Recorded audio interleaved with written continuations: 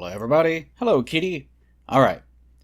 Last year, I drew one Monster Girl picture a day for the entire month of October, because October, probably my favorite month of the year. Probably my favorite time of the year, for that matter. Not always the case, especially whenever it's rainy or overly hot or so forth and so on, like it is this year. But you get the idea. I almost died last year, so I'm not going to do that again. Instead, this year, I went through and drew as many Monster Girl pictures as I could during individual days whenever I had the time in between Patreon commissions and so forth and so on. By the way, since I brought that up, that is not keyword for please go email me as fast as you possibly can for a commission or something. I am not doing that for a while. I am not. Like, I despise doing those. Anyways, beside the point. So, I went through and did several streams in which I drew these Monster Girls. And they don't necessarily have to be based on a monster exactly. We'll just plug all these in as fast as we can. And the first example of this that I'm going to show is going to be Anubis. A lot of people... This is going to be one of the talking points for this video. A lot of people were complaining, Anubis is a typical thing. Anubis isn't a monster. I'll try to refrain using my straw man voice that I really enjoy using. Like, people get angry. It's more that it delights me that it annoys people. That's what it is. But the Anubis, obviously, is not a monster, per se. But basically, it was just drawing on something. Whether it's mythology, whether it's an actual monster, or whatever. It doesn't matter. Anubis just so happened to be one of those. She was popular, but not that popular. So I ended up redesigning her, put her more in line with the other girls that I've designed. And one of the sort of themes is that I wanted to make them look like they're living the modern day. So avoiding using anything that looks overly elaborate while retaining some of the sort of core elements of their original design. So a lot of these are going to be wearing, just like jeans or shorts or whatever have you. With maybe like one or two little bracelets here or something like that. Aswang is a Filipino vampire of some sort. There's a lot of vampires, I've learned in my research, of various rare monster girls. There's lots and lots of vampires. It's kind of a generic monster idea, especially if it's bat-based. There's lots of those. Lots of bats that suck blood. I don't know why. The concept of vampire must go back even further than I'm aware of. Much further than just being a vampire. It must have been something much, much older that has evolved into various things over time. Or maybe it's more recent than that, I don't know. It'd be interesting to look into it. A lot of people liked her mainly because of the face that I gave her. She just has this very pleasant look about her. Although I think the actual lore of her species, whatever you want to call it, is that they devour people whole or something like that. Who knows? Most of them do. Bulgasari is, a mess. Just a mess of things. I think it's a Chinese version. I'll explain this. During a Picardo stream on one of -8's streams, I was talking to him. He's not American or anything like that. He lives overseas. I was talking to him about Korean monsters specifically.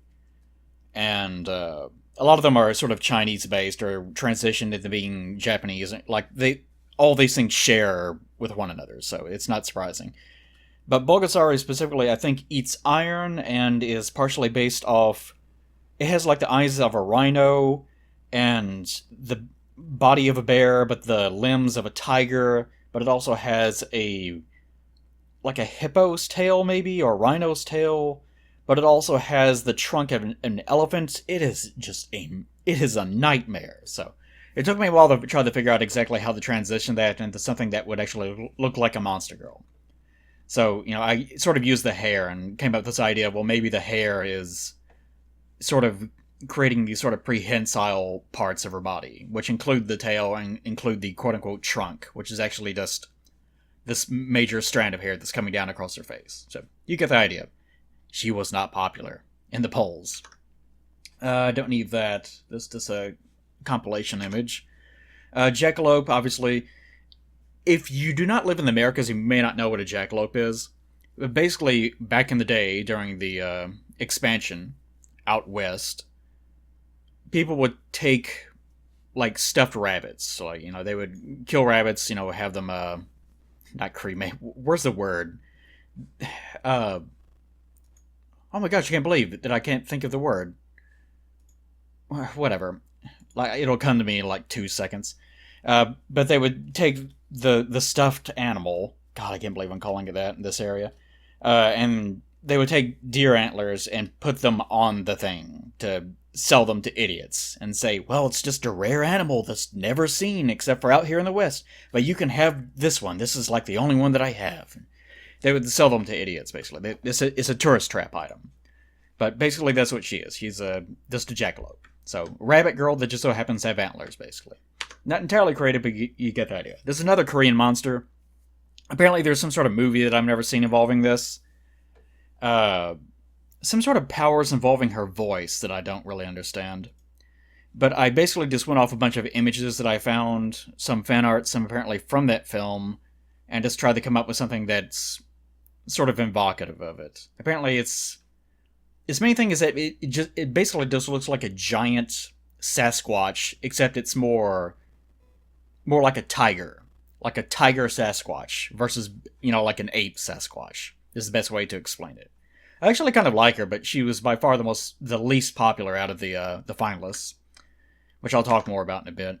Kamijo, another Korean one. There's a kitsune that you're aware of, I'm sure. There's also a Chinese variant of the idea. Again, they all share similar things. They're basically all the same, except the Kamijo specifically, like it's more about the details of the story that's told within each country. I forget all the details, but the Kamihos more specifically will impersonate women. And the only thing that really distinctly defines them that I found was this little marble thing, which might be giant or might be incredibly tiny, the size of a pearl. Like, it just depends. But it's something that they usually, I think, they exchange with their mouth, like with a French kiss to young boys. And it causes them to either be mind-controlled, or it kills them, or it steals their soul, or something of that nature. It just depends. But that's what that is. Otherwise, I think Kumihos always have 9 tails, and like there's not too much variation therein. But it was kind of an interesting experiment to try out the difference between that and a kitsune, I guess. Okay, this is going to be another talking point. I was talking about Anubis and people complaining, well, Anubis is a monster, etc., and so forth. This is not really lich. Lots of people complained about that. They couldn't concentrate on anything except for the name. Like, you can call it whatever you want. Like, I don't care about the original concept. You'll notice, like, whenever I was talking about my own setting that I was coming up with, I would avoid intentionally making things that look like, cat girl or wolf girl, if I possibly could. And I would intentionally incorporate different elements of different sorts of animals and try to make it not look like overtly like an animal in the first place, and just make it look sort of unusual. To intentionally force people to not associate it with that sort of thing. Like, take Winnie, for example, like a Winnie werewolf or whatever. A lot of people will say, well, she needs to do this because she's a dog or whatever, or she's a wolf. I detest that. The fact that you are forcing behavior, or you're forcing design elements because you can't get past one bit of association. So, anyways, to that end, like, she's just a design on her own. Like, I just like the idea. Like, big horn lady, kind of an undead sort of general look about her, but she's not undead. I like the skeletal tail. I think that's cute. But, what do you call her? Like, you can call her a necromancer or something, but a lot of people will say a necromancer, it's the same thing as a lich or whatever. A lot of people complain about the lich part of it, and I pointed out, a lich is just a skeleton. It's just a skeleton wearing a robe. Do you want that? And of course you get the typical internet meme response of, oh yeah, sexy skeleton. But yeah, do you actually want one? Do you want a sexy skeleton? And of course the answer is, well, no, it's just a skeleton. So people completely ignore, I'm putting my hand up to my monitor, they completely ignore the concept in every way because of that one thing. This is like a marketing lesson. Like, if you just get rid of this, then suddenly people can actually concentrate on the actual design. But if you leave that, like whatever it is, like you can make a movie and just name it just the wrong thing. And if it's named the wrong thing, and even if it's an afterthought, like it was just named in the last minute of design or something, people can't concentrate on the actual substance of the design, the story, the film, whatever it is.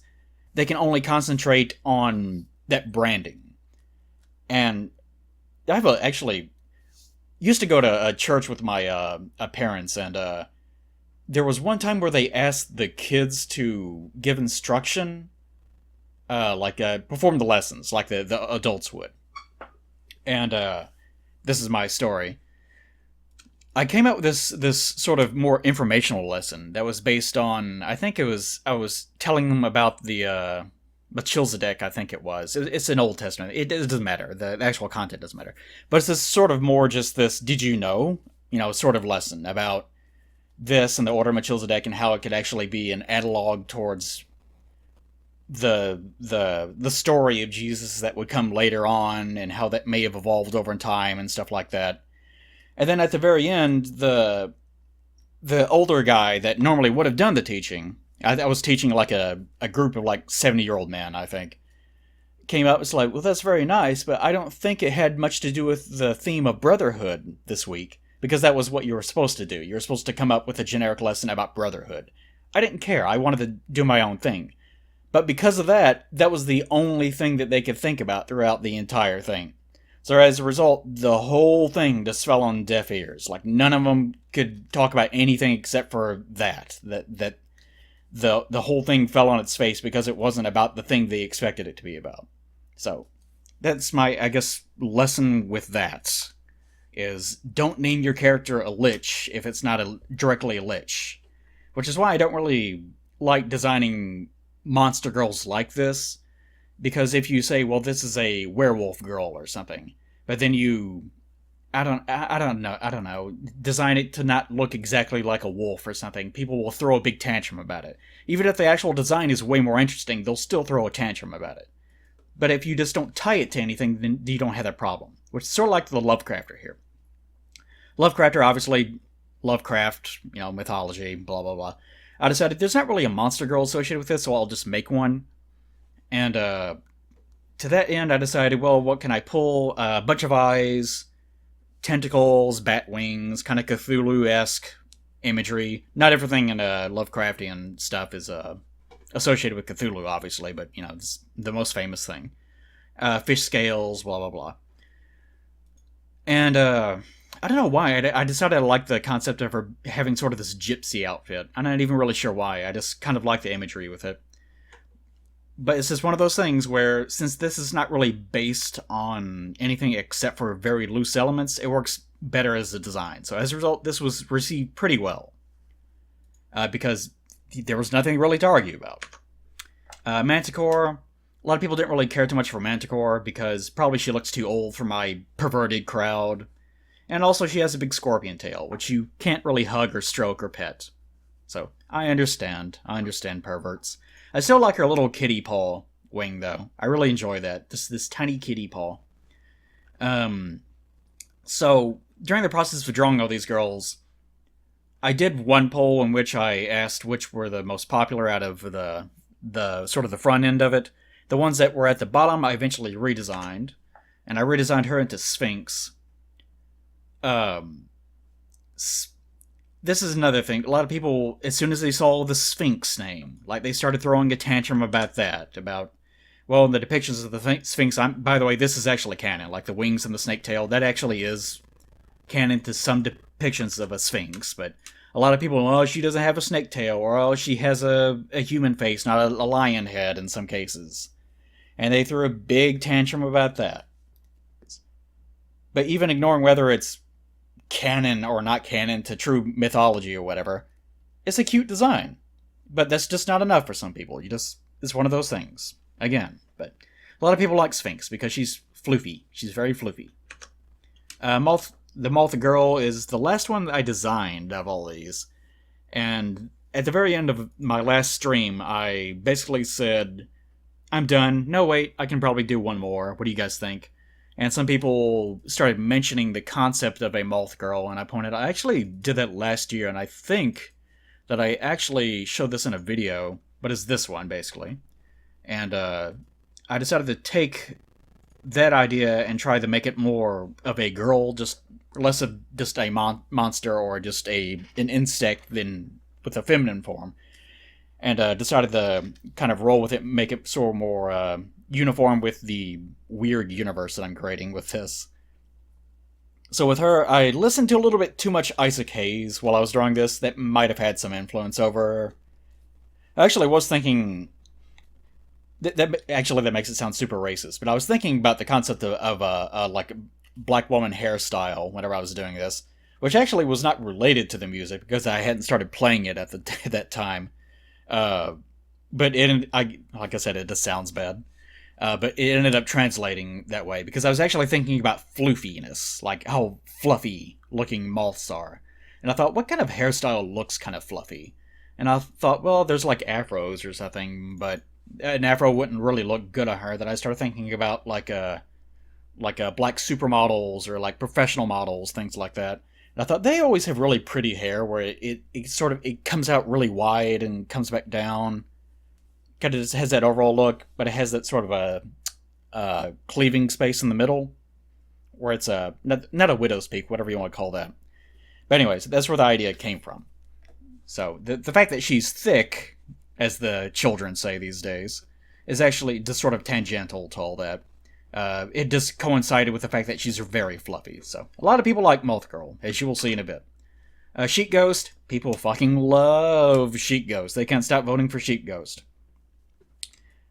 Which is kind of sad in a way, because she's actually, as far as design goes, she's probably the weakest one.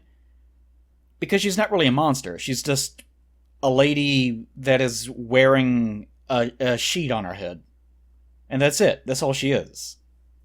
But, I mean, that's fine. It's fine, but as far as, like, making an actual monster goes, she's easily the worst one of the bunch. I still like her, but, you know, you get the idea. Maybe you guys just have a thing for pointed white cowls that you wear on top of your head. Not implying anything, but, you know, just saying. Talipo, some of you might think of this from a book that was released years and years ago.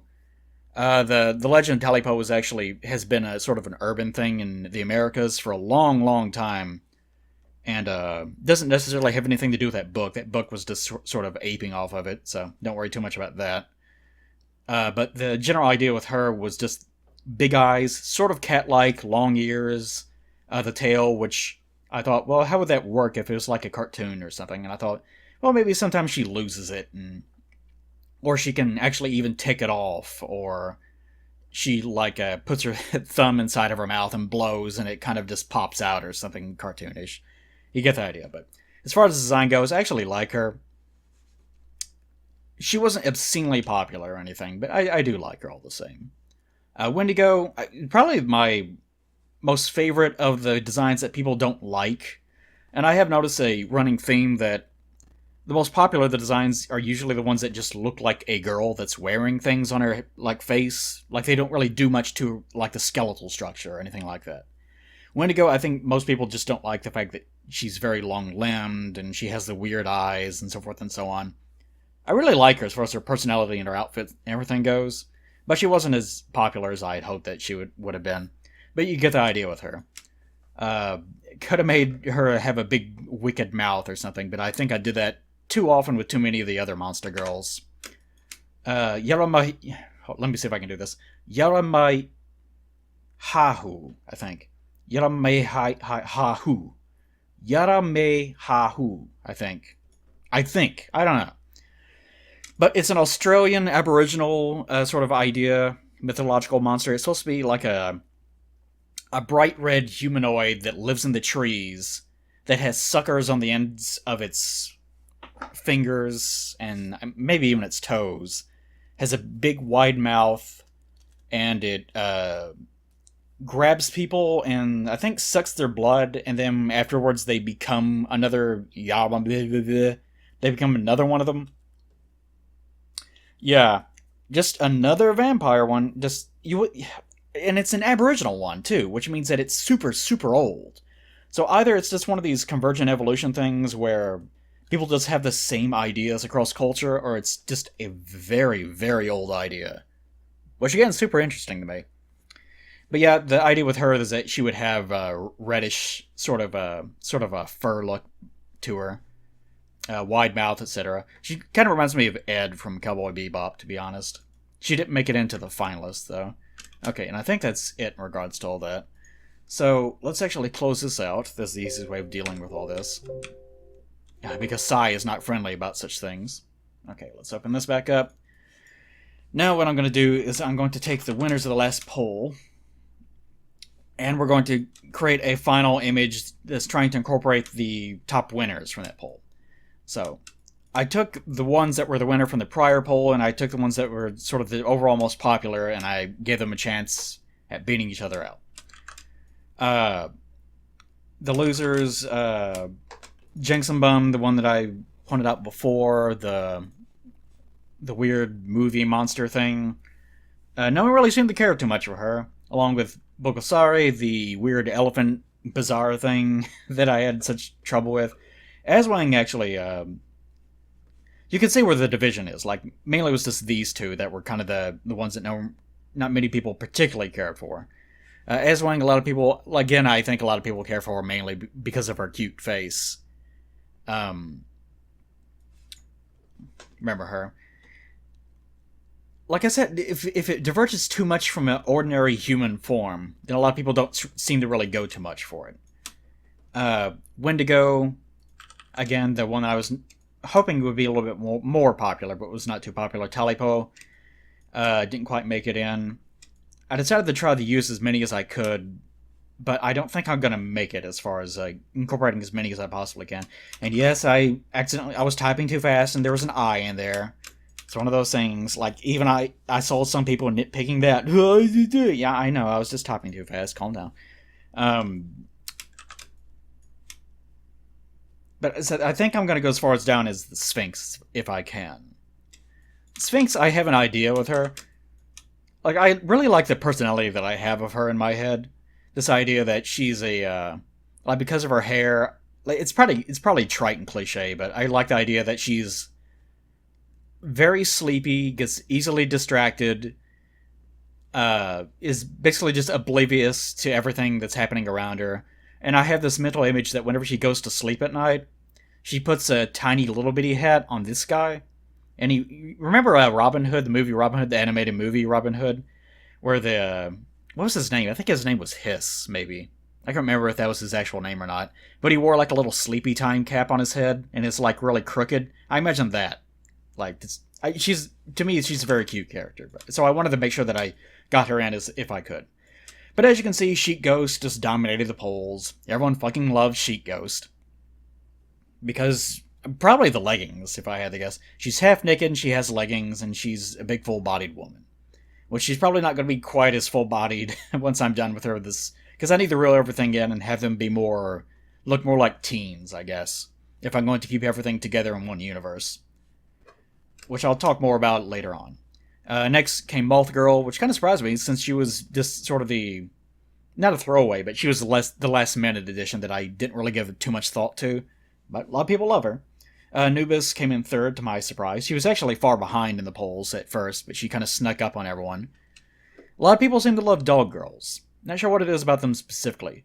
And to my surprise, I didn't even have any Cat Girls in this entire thing. Unless you want to count Talipo. I guess she sort of is. The Talipo, the monster itself, is described as being cat-like, I guess. Lovecrafter then comes in fourth. I'm gonna have to reduce her design a little bit. Jackalope right behind that, and then Sphinx. Probably not gonna have any time for Kamijo though, which isn't gonna bother me too much because she's just a kitsune basically. Now, usually people draw kitsunes as just being a girl that has fox ears. You know, Japan loves that shit, where it's just a girl, except they have a headband on, and that's it. But I try to differentiate that and make her an actual, like, furry, of course, because I'm a sick bastard, and so are you. And then Talipo's right behind that, so. the cutoff point's probably going to be right here. And I might even be able to get Sphinx in. I'm not really sure. But I'm going to do some sort of scene that's going to involve all of them at the same time as a wallpaper. And it's not going to be full-bodied shots. A lot of people wanted to know how come some of them were cropped and some of them weren't. Basically, I was just trying to draw as much of them as I possibly could to make sure that the design was completely clear. And with like Lovecraft, her hair, she's cut off because you know what the rest of the bat wings are going to look like, and you know that she has tentacles for legs and so forth and so on. I was just trying to fit as much information in there as I possibly can. So, with them, the quote-unquote winners, I'm probably going to try to come up with names for all of them, and I'm going to come up with a color scheme for all of them. So, that's what this video is going to be, to finally get around to actually explaining what this is. So, with all that out of the way, enjoy your time-lapse, and take it away me, I guess. Oh, thank God. Alright, what do we got here? What did I do? I can't even remember what the hell I did. Oh, good! We're 25 minutes into the video already, and I haven't even started the drawing. Good. Good idea, past me. Oh, this is going to be a popular video. Actually, kind of the good thing about art gripes are never going to be as popular as, like, animations or Dragon Ball videos.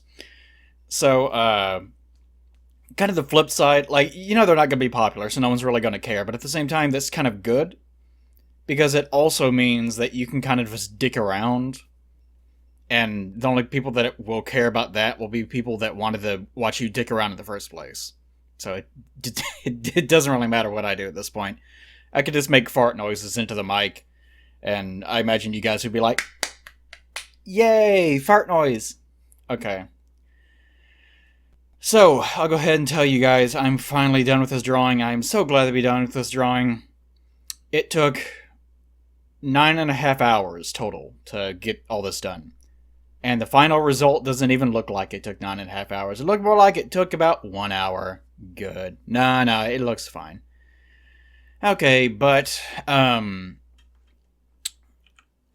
probably, in addition to that, in addition to it taking 9.5 hours to draw, it probably took me about...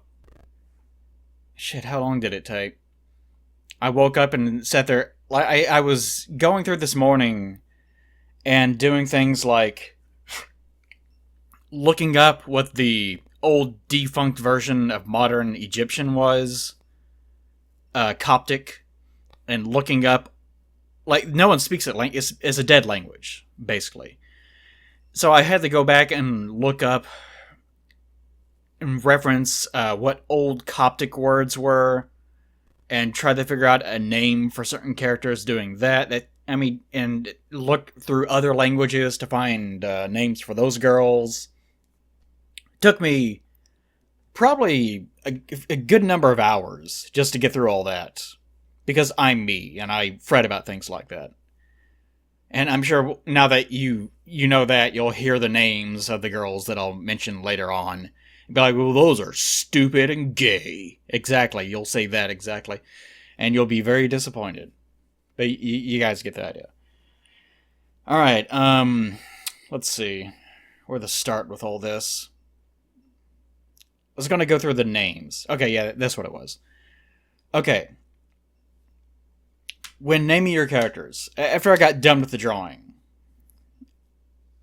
and I could go over the process of actually drawing the characters here, but you can see what I'm doing. Basically, you just want to start very loose, don't dedicate yourself too much to any one thing, just draw. Like you could see me getting rid of entire, like drafts of individual characters here and there. So don't dedicate yourself too much to it. Let's see. Whenever I was coming up with the name of the character... Yeah. Whenever I finished the drawing of the characters and I was talking to people on stream, I kind of briefly... I knew that I was not going to take any input from anyone because, again, it takes me hours to come up with character names that I actually like. I briefly joked about, hey, what kind of names do you guys think about naming these characters, right? And, of course, you kind of got the...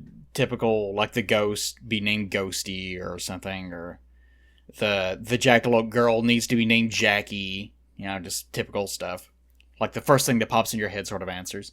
And I find that most people are like that. They don't really think about it too much. This is also sort of a writing lesson thing. But whenever you want to come up with a character, usually you want their name to reflect not only their personality, but their role in the story. And if there's not a dedicated story, then obviously it's more about the character design and who they are as a person. So in the process, like, this is the reason why it takes me so long.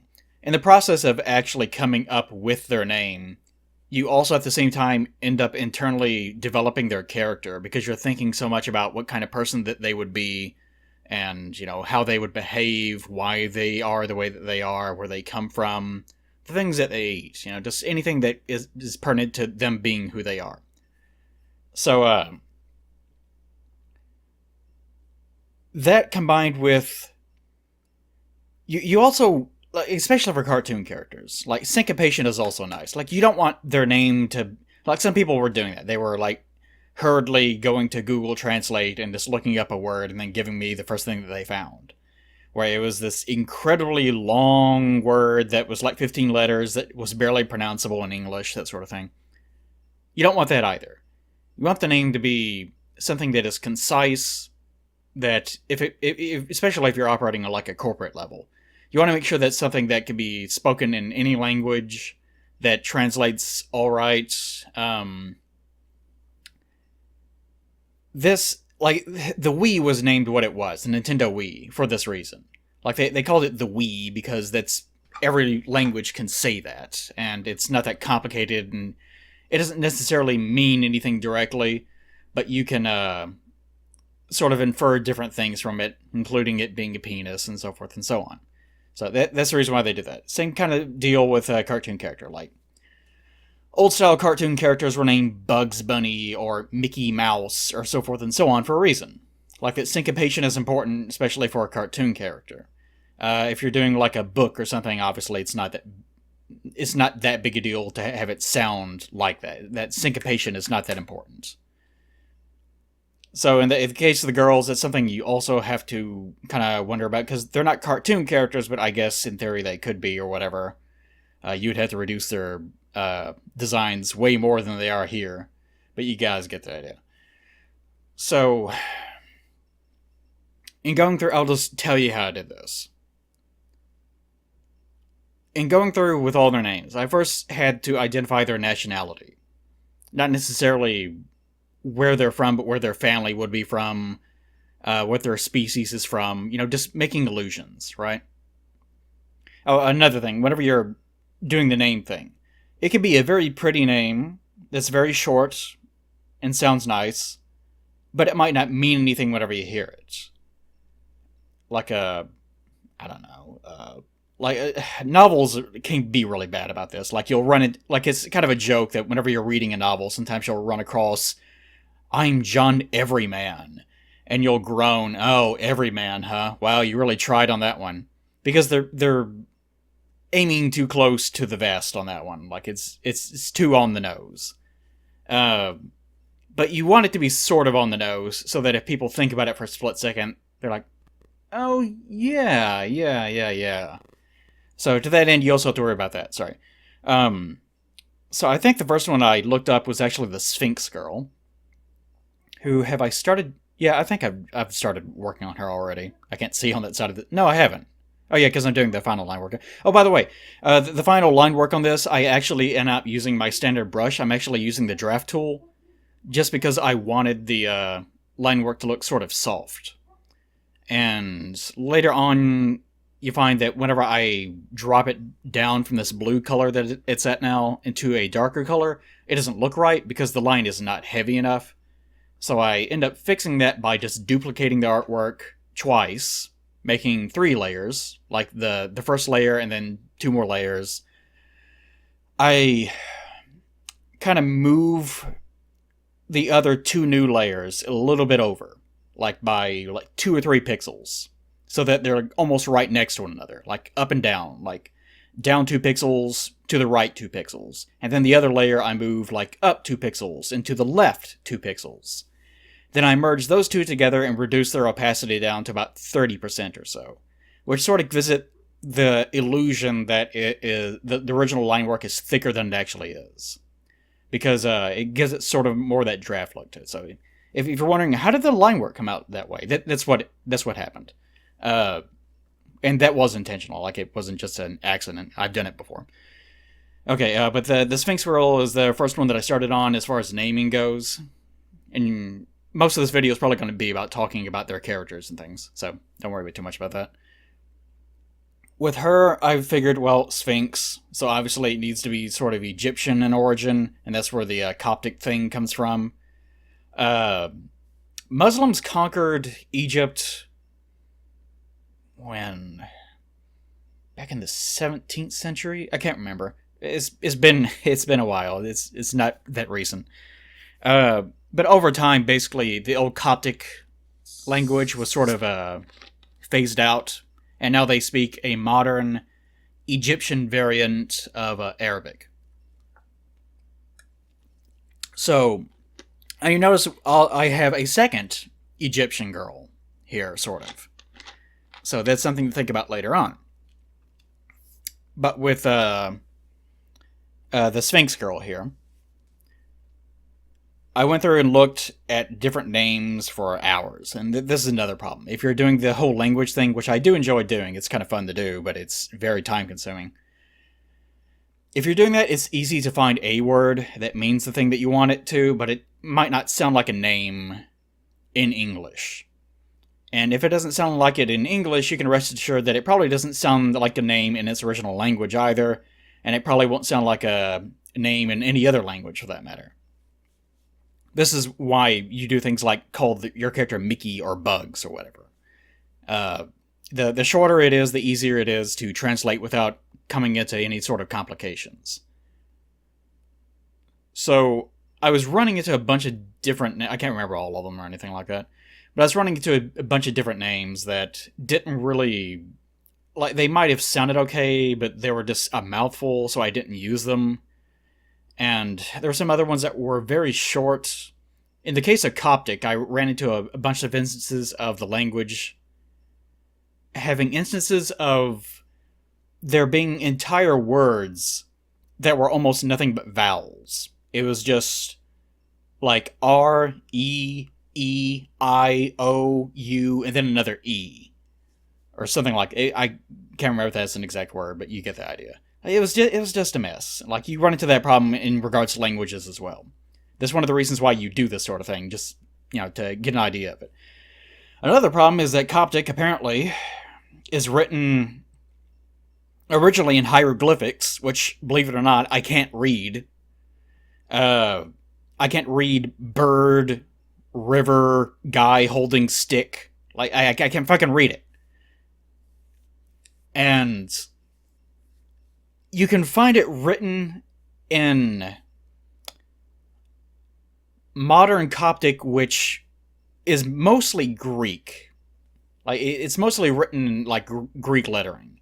I can't remember the exact name for that. I studied Greek for a little bit whenever I was younger, so I can't read it anymore. But I can usually recognize the lettering, and I can sound out phonetically what it's supposed to be, but not in every case. And Coptic doesn't use those exactly, so I ended up having to pull up like an alphabetic sheet to reference exactly what those characters are supposed to be.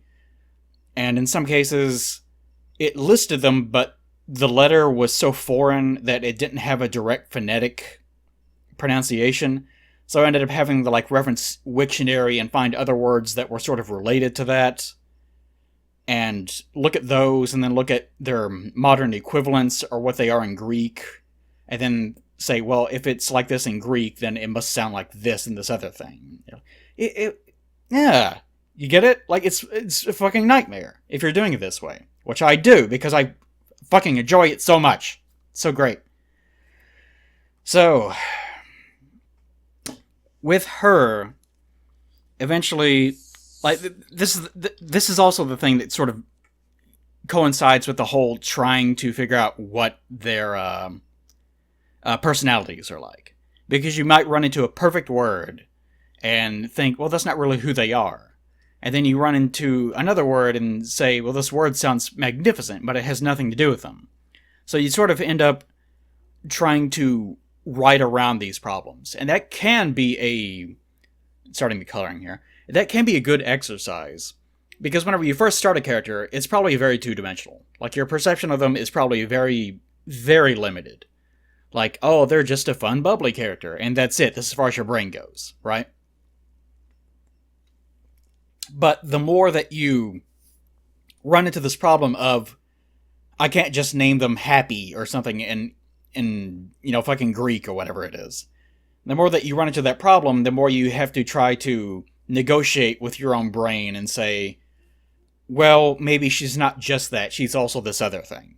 And the more that you have to think about the name, the more you have to rationalize why the name could be this or that, the more you start thinking about who they are as a person. So with her, it seems like my original idea with her was basically just that she's sort of just this cute character that doesn't really say too much. But, even whenever I was starting on this video, I think I might have mentioned this, I had to start recording it twice because someone walked into the house and started screaming at the top of their lungs because the rest of my family are a bunch of loudmouth idiots. And I had to stop the video and then restart it, so I can't remember what the hell I even said. Like, even now, my dogs are outside. What are they barking at? Nothing. Just everyone in my family, even the dogs, are just a bunch of loudmouth fucking retards that just can't keep their goddamn mouths shut. Anyways, what the fuck was I talking about? What was I screaming at like a retard about? Not me, I don't do that. That's the joke. So with her, originally I came up with this idea that she's just very quiet, cute, so forth and so on. But the more that I sat there negotiating with myself, the more I thought, like even at the start of this video, that's what it was. I thought, I like the idea of her being like a very sleepy girl. Like she's just kind of aloof, she's not really all together there. She's constantly detached from the world. She's just kind of this floaty person that is not really overly aware of everything that's going on around her. She's very introverted, not in the sense that she isn't outgoing, but she gets lost in her thoughts very easily. And that gets her in trouble, that sort of thing. And I was thinking, well, the snake could also be like that. And I thought, well, how would the snake relate to it? Like, she has to have the snake tail. And I'm going to use her as my testbed, since this was I spent the most time on her, so most of my thoughts on like things like setting and so forth were stemming from her. So I was thinking, well, how do the characters in this setting even work? Like, they're all monster girls, but do they have their own species? Are they unique? Do they all have their own individual backstories of, I'm the only one like me in the world? And I thought, well, I don't really like that. That's kind of boring. And I don't really like the idea that they're all just monsters, and they just so happen to all live under the same world. And like the thing where like a cat and a rabbit marry each other in a cartoon, and they produce, some of them are cats and some of them are rabbits, and there's no explanation for it, that sort of thing. That's fine, for a cartoon, whatever, but I thought, well, I would like it to be a little bit more involved in that. And I also had to think, well, are there also humans in this setting? Like, this is not the Ghoul School girl thing at this point. So I was thinking, well, are there also humans? I thought, well, yeah, I would like there to be humans. I'd like there to be as much diversity as possible. Because because I've harped on this before, why would you limit yourself?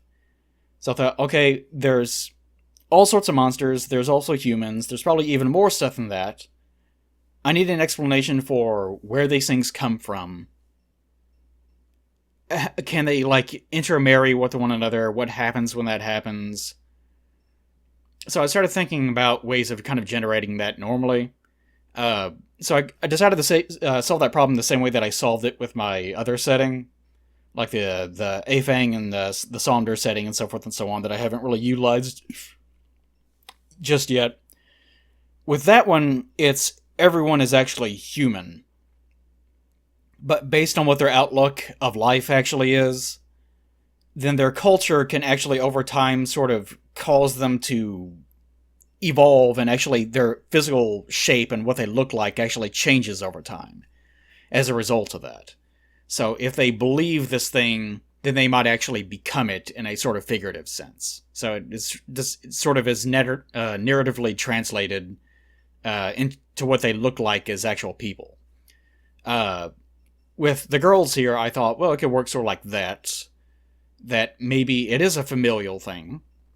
That, say, a bunch of werewolf people can have kids and have little werewolves.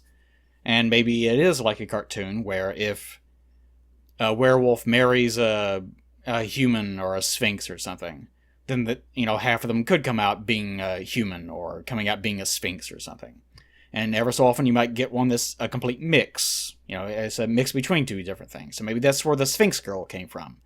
Maybe at some point way, way long ago, in one of these rare instances, they actually did combine, and there was like a lion sort of monster, and then there was a winged monster, and there was a snake one.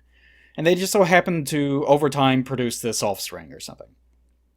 It could work like that. I also consider the idea that maybe everyone is born human, and eventually over time, once they hit sort of puberty, they start going through a physical change in which their personality starts reflecting itself in what their body looks like. And they sort of turn into a monster that looks like the person that they are as far as their personality goes. Which I didn't like too much because I thought that was kind of overcomplicating things.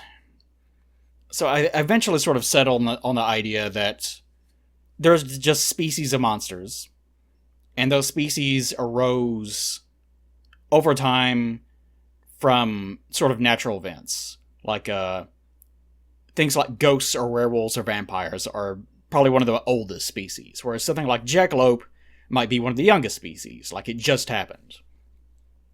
And the original sort of species, or the monster, in this case, originated from a normal human going through either a traumatic event or dying, or there was like a curse placed on an area, and it developed over time, and from this a monster arose, or a monster came out of this one person. Like like there's a backstory behind the initial sort of ground level event that made that one particular monster. And from that point forward, any kid that they had ended up looking like them. That sort of thing. And if they married like another monster type, they might have half and half. Or, it kind of works by normal hereditary rules at that point. So you guys get the idea. So, with that in hand, I was thinking about Sphinx Girl again. And I thought, well, maybe it's just that the whole tail thing was one of these random circumstances of it, like eons and eons ago. It was just a normal thing where they just so happened to combine at that point. Like, I didn't think too much about it, but you guys get the idea. So, in regards to naming her, I was sitting there thinking about this. And, that's the other thing I was going to do. Shit. Gotta go over that too. This is something else I was lecturing people in chat about.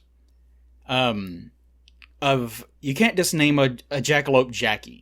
Because what if she has, like, brothers? What if she has sisters?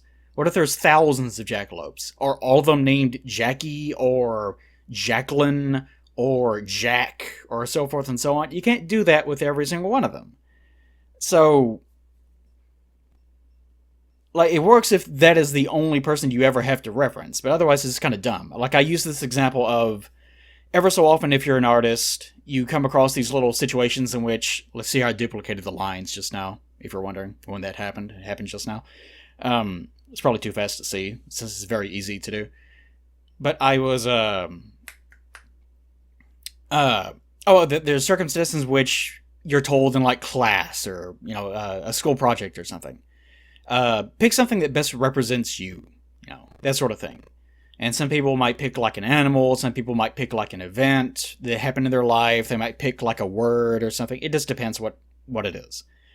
But if you're an artist, people tend to just say, oh, you're going to pick like a pencil or a brush or something, right? Because to other people, that's just what you are. Like, oh, they're the artist, that's their thing. Therefore, I will pick the most cliche, trite artist thing in the universe. Okay, now, take that notion, and instead say, instead of it being a classroom, it is now a classroom full of nothing but artists. Like, all of them are artists. Are all of them going to have a pencil? Like, is that the only thing that they do? is 100% of the population of your classroom just going to have a bunch of fucking pencils as their thing? And the answer, of course, is no, because people are more than just being monsters. They're more than just being either an artist or an engineer or whatever. That's just one element of their life, that they're still their own person. And how they self-identify might be completely detached from the thing that you most identify them as being. Like, that's one of those things where people might see you as being, oh, they're just this. But then you think, no, that's barely even a part of who I am. Why in the world do you, like, think so little of me that that's the only thing that I am? And everyone is like that. Every single person is like that. You might, like, it's very common for other people to see everyone but themselves as being a flat two-dimensional person, which is not the case at all. Everyone is extremely complicated in their own ways. This is part of character building. So if you're going to have a jackalope, you imagine there being a big room full of jackalopes, and now you have to name all of them. How do you do that? Well, you can't do it if you just name them Jackie. You can't do it. Like Mickey Mouse, even. Like Mickey... I mean, it goes along with Mouse. Not every single one of them would be named with an M in front of their name, if possible, I guess. If you had a whole fucking species of them. But Mickey is not like a mouse name, necessarily. It's just Mickey. That was a normal name at the time.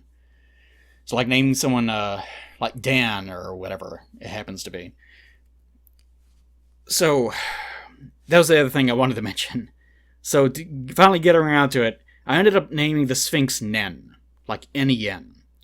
And I did that because I tracked down eventually various words that sort of related to either her dreaming or being interrogative, like asking questions, being sort of riddle-based or whatever. I was thinking along those lines, and I thought, what kind of person is she? I thought, she's someone that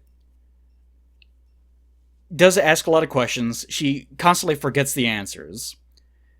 She's inattentive, gets lost easily in her own thoughts, probably has a lot of problems with that. Is very kind, but also just aloof and detached from reality. So Nen in the original Coptic means either small, or it means that they are inactive. That is to say, like inert, or, you know, sleeping, whatever you want to call it. And that to me sort of wrapped up, like, I didn't want to be too literal with it. That's another thing. You don't want to be overly literal with their names either. So they kind of combined everything that I wanted it to. And it did it in the simplest way possible. Like, there were other things that I would have preferred, probably, but the words associated with them were a mouthful or sounded absolutely terrible for what they were. So I tried to avoid those if possible. So Nen is good because it's just simple. It's just 3 letters. It sounds kind of cutesy, which is what I want from her in the first place. It sums up her personality as far as much as I want to take it. And it sort of alludes to other aspects of her, so forth and so on. So, after that, I had to go to the Anubis sort of character. She's actually...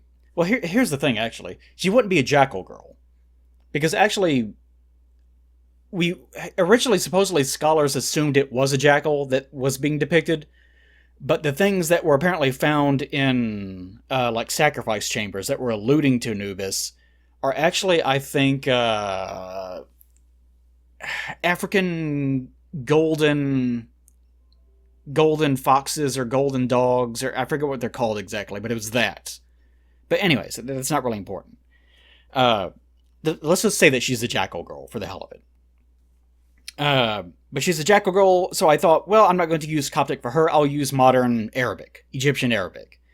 So I tracked down something for her, and I'm not sure if it's Egyptian Arabic, because I kind of got fed up looking for that after a while. And I eventually settled on her being Raha. R-A-H-A. Short name, again, which is a word, I believe, meaning the comfort that you feel after a long time of suffering. Which, for her whole theme of, you know, death, afterlife, so forth and so on, I figured, well, that's probably, you know, that's a good word for her. Her personality, I eventually decided, was more one of, like, to me, she looks very stern. She kind of looks like whatever they call them, tsunderes, whatever. But that sort of type. She kind of looks like someone that's very angry, kind of a princess sort of type. But I thought, well, I don't want her to just be that. So I thought maybe she's someone that just puts a great deal of value on... Because I was thinking about what she would eventually grow up to be. Like, what kind of people are these going to be whenever they're adults? And I thought maybe she's someone that grows up to, like, be a nurse or something. Or she just really likes to help people. Or she wants to make sure that there's no suffering in the world. Or maybe she's a vet or something like that. So she's someone that seems very rough whenever you first meet her, but she's actually very kind-hearted, that sort of thing. So that's sort of the line of thought that I was going with her. I can't cover too much with this. The actual setting, like this is not the Ghoul School thing again. I don't think I've mentioned this in a video, but I was thinking about, well, what if I just took the refugee designs like Winnie from that into its own setting? Like if in theory, if I was making my own cartoon or something, acting as a lead designer or whatever, lead writer, which is never going to happen, but, you know, we can dream. If I was doing that, what would I call the setting? What would it be about? That sort of thing. I was thinking, well, if you had this world in which people could become monsters, and there were just quote-unquote monsters just walking around, and what they look like is just sort of a reflection of who they are as people. And I was thinking about this sort of writing style that I usually have. Like, I guess you haven't really seen much of it. Like, even like the Halloween thing I did for the Best Friends, that sort of thing. Usually, like, I like horror, but I also like... Well, you've seen the art videos, like the way I'm talking right now. I enjoy instruction, I enjoy... You know, obviously I enjoy making things comedic, but at the same time, I really like to focus more on instruction and trying to help people and encouraging people and so forth and so on. So if I were writing something like this, it would probably do the same thing. Or sure, there would be comedic elements, but at the same time, I would focus more on the girls learning things about themselves and just learning who they are as people and making the decision of who they want to be whenever they grow up and what that means and what that entails. Because I found that that's one of the things that's important to me. That whenever I was younger, I didn't get that. I didn't get enough instruction. I was mainly just sort of ignored because I was sort of an unwanted child and so forth and so on, blah, blah, blah.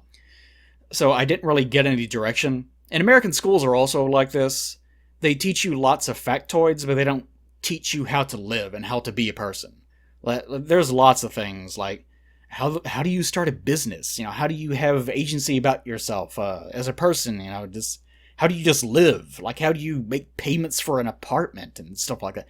No one teaches you. Just no one tells you.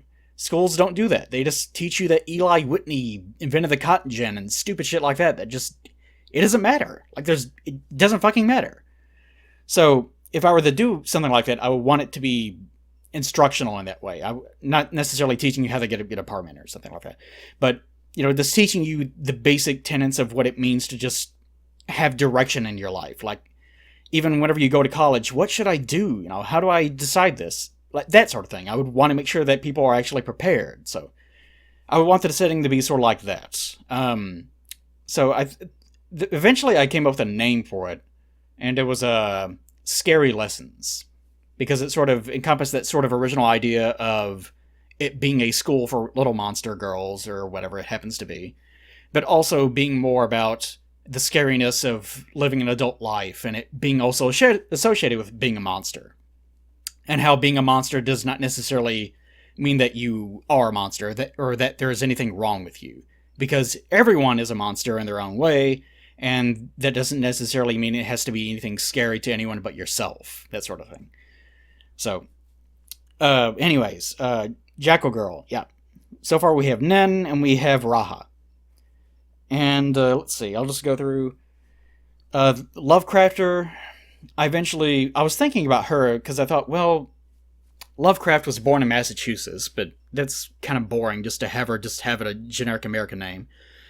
Plus, the reason why I went with the whole gypsy sort of look is just I wanted something... By the way, that's actually an offensive term. It's like saying someone's an Eskimo. I probably should be saying it. For anyone that would actually be offended by such thing, just remember that whenever people say Eskimo or a gypsy or whatever, to them, it's not offensive whatsoever. It's not trying to be insulting, which is a small comfort, but, you know. But with her specifically, I started looking up Romany terms. And I eventually decided on Lolo, which I might be mistaken, but in my research, I think it means just red. And I did that after a while because I didn't want it to be too on the nose with the word meaning like creepy or scary or eye. Or I think actually the word for eye is yak. Like there are a lot of instances of that where you think, that would be the perfect way to do it. And then you look up and you find that the worst is whenever it's an actual English word. Like, it means something completely different in another language, like yak. Like, yak means eye in that language. But in English, yak just means a big, smelly, dumb animal. So it's a terrible word. It would be a terrible name. Lolo, though, is very cute, sort of sounding. And I decided on red for her because of... I'm not going to go into every single one, but I decided that sort of did encompass the sort of almost sort of overtly threatening thing with her. With her, I decided that she wouldn't be a teacher and she wouldn't be a student. It would be more that she is sort of someone that sort of, she would be like a merchant or someone that they meet ever so often. I haven't decided what exactly her role would be in the story or anything, but she would be someone that is sort of on the fringes of the story that would show up every other episode, that sort of thing. The Jackalope Girl, and here we can see the final result, I suppose. Jackalope Girl, I decided, well, the whole Jackalope thing started on the frontier, started out in the Midwest, so I thought, well, she could have, like, some Spanish heritage, because I didn't want all of them to be American or anything. So eventually I settled on Marin with her, because Marin is the Spanish word for brown. I didn't want to overcomplicate things. With her, I kind of imagine her kind of being laid back normally, but also very kind of spicy. What do you want to call it? Like, she gets very angry out of nowhere over certain things, but since they're in the video, I can't really concentrate too much on it, but you guys get the idea. Sheep Ghost Girl, who everyone is so excited about, originally was going with the idea that she would be German. She would be a German sort of thing ghost. But German names, German words are the ugliest sounding words in the universe. I swear. So eventually I just went through and I was just desperately looking for something, and I thought, you know what, I'll just change the nationality. So I switched it, and now she's Ashlyn, which is stemming from the original Aisling in Irish. So I decided maybe she just has that heritage. And I was actually thinking about her, and I thought, well, if her whole thing is that ghosts either came from someone that died, or maybe something terrible happened at this one location and she sort of just arose from that sort of thing. Maybe her ancestors were like that.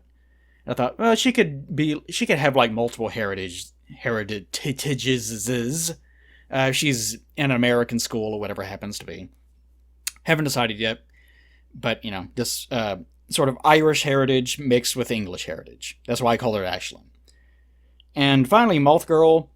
Moth Girl's name, since I figured, well, the Mothman is purely American. Like, it's just an American concept. So I thought, with her, I'll just pick a straight up, just an English word for the name. Which is actually more difficult than it sounds, because you can't just pick any old word. It has to sound like something that actually would also be a name. So with her, I picked Moon. Because moth moons.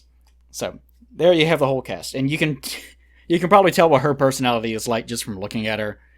Kind of flirty, I guess, but mainly just very bubbly, energetic, very optimistic, very encouraging, just trying to be a good person, that sort of thing. Mischievous as well. So, there you have it, guys. Everything together. That's my thought process with the whole drawing. So, there you have it. From left to right, Ashlyn, Nen, Marin, Moon, Lolo, and Raha. And the snake doesn't really get a name, I guess. Because I don't want to go through Coptic again for the next 9 hours. You guys can do that if you want. Actually, I kind of consider the snake to just be a part of her. Like, it's sort of its own little guy that has its own little cap. But it doesn't really have... Like, it has its own personality, but it's also an extension of her, so they're kind of just presented as being the same thing. I guess you could... I might come up with something later. I don't know. But you guys get the idea. Oh, by the way, if you're wondering about the big eye over there on the side, this is part of the Lovecrafter's body. It's part of Lolo's body. Anyways, Hope you guys enjoyed it. Hope you enjoyed your October. Go away! I'm free from this drawing forever. Thank God. Oh, thank God.